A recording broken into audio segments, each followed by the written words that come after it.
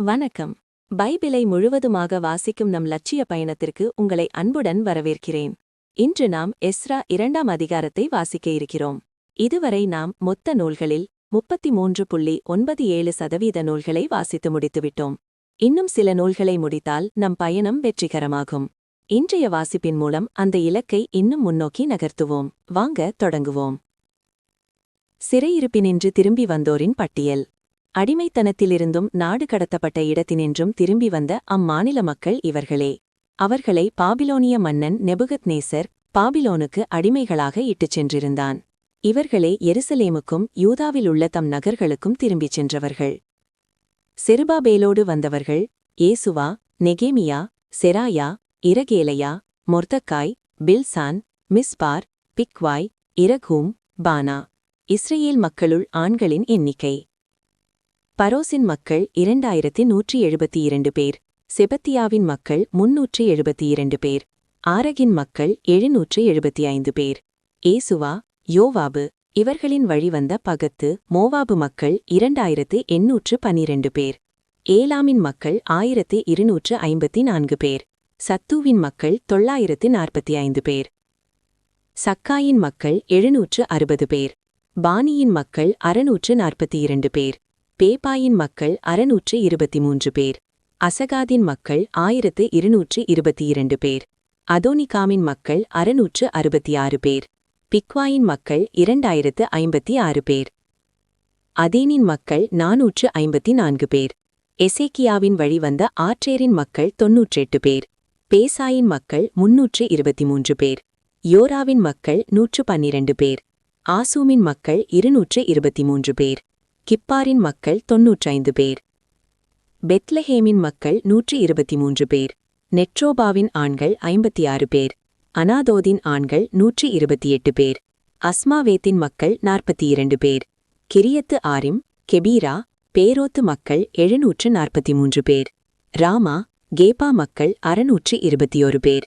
மிக்மாசின் ஆண்கள் 122 பேர். பெத்தேலிலும் ஆயிலிலும் உள்ள ஆண்கள் 223 பேர். நெபூவின் மக்கள் 52 பேர். மக்பேசின் மக்கள் 156 பேர். மற்றொரு ஏலாமின் மக்கள் 1254 பேர். ஆரிமின் மக்கள் 320 பேர்.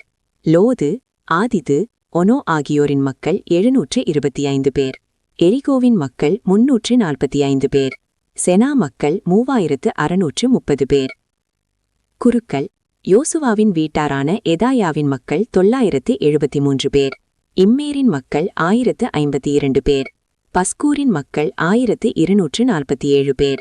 ஆரிமின் மக்கள் 1017 பேர். லேவியர்கள். ஓதவியாவின் வழிவந்த ஏசுவா கத்மியலின் மக்கள் 74 பேர். பாடகர்கள். ஆசாபு மக்கள் 128 பேர்.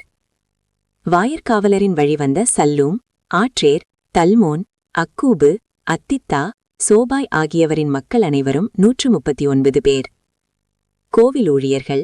சிகாபின் மக்கள், அசுபாவின் மக்கள், தபாயோத்தின் மக்கள், கேரோசின் மக்கள், சியகாவின் மக்கள், பாதோனின் மக்கள், இலபனாவின் மக்கள், அகாபாவின் மக்கள், அக்கூபின் மக்கள், காகாபின் மக்கள், சம்லாயின் மக்கள், அனானின் மக்கள், கிதேலின் மக்கள், ககாரின் மக்கள், இரையாயாவின் மக்கள், இரத்சீனின் மக்கள், நெக்கோதாவின் மக்கள், கசாம் மக்கள், ஊசாவின் மக்கள், பர்சையாகின் மக்கள், பேசாயின் மக்கள், அஸ்மாவின் மக்கள், மெய்யோனின் மக்கள், நெபிசிம் மக்கள், பக்பூக்கின் மக்கள், அகூபாவின் மக்கள், அர்கூரின் மக்கள், பட்கலூத்தின் மக்கள், மெகிதாவின் மக்கள், அர்சாவின் மக்கள், பர்கோசின் மக்கள், சீசராவின் மக்கள், தேமாவின் மக்கள், நெத்சியாகின் மக்கள், அத்திபாவின் மக்களுமே. சாலமோன் ஊழியரின் மக்கள்.